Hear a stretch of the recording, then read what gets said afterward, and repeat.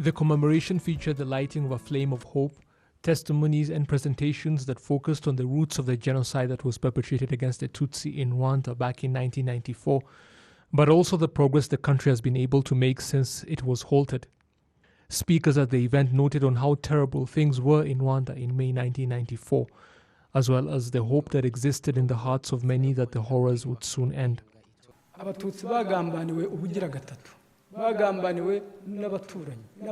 Tutsi were betrayed 3 times over by their neighbors, relatives, even spouses and immediate family members, their government that was supposed to protect them and ended up killing them, and finally they were betrayed by the international community that abandoned them when they needed it the most.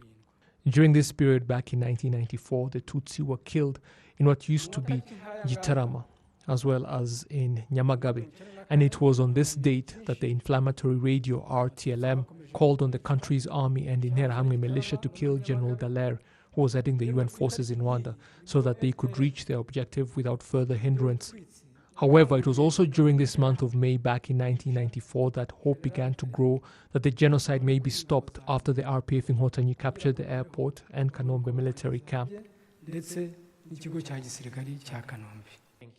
Also to speak at the event was Dr. Deogene Bideri, the principal legal advisor at Rwanda's National Commission for the Fight Against Genocide, who explained that the genocide against the Tutsi was no accident, planned as far back as the First Republic, and the second that accelerated its implementation until it was finally carried out in 1994. He stressed that the Tutsi were being killed in atrocities even in 1959, atrocities that became significantly worse in 1990, and between 91 and 94, many were killed before the actual genocide against the Tutsi began, facts that were confirmed by the testimony of the genocide survivor, Gilbert Rutaisire Horingoma, at the event. Other speakers also reminded the importance of not ignoring all Rwanda has achieved since 1994, despite such a painful past.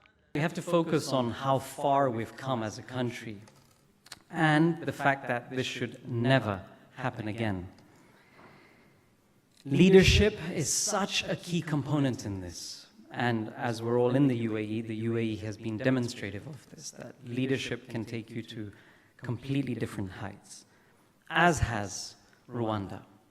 And God blessed Rwanda truly with His Excellency President Paul Kagame, whose leadership and his true visionary style, but also his humbleness, authenticity, and truly living it, and not only saying the right things, but actually doing them, is the most important thing. And we've all seen this, and we're seeing it.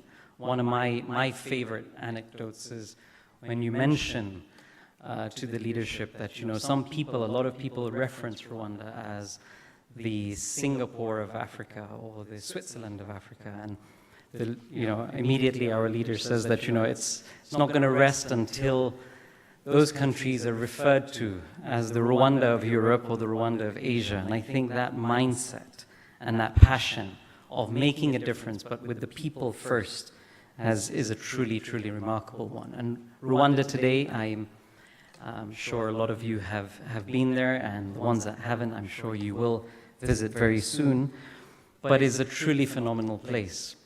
One of the top 10 cities in the world, that's the safest, cleanest, top 10 fastest growing economies in the world over the last decade, and the only country from that list that's projected to be in the top 10 fastest growing economies in the next decade. The UAE has reiterated its commitment to supporting Rwanda's development efforts 27 years after the country's liberation and the end of the genocide that was perpetrated against the Tutsi in 1994.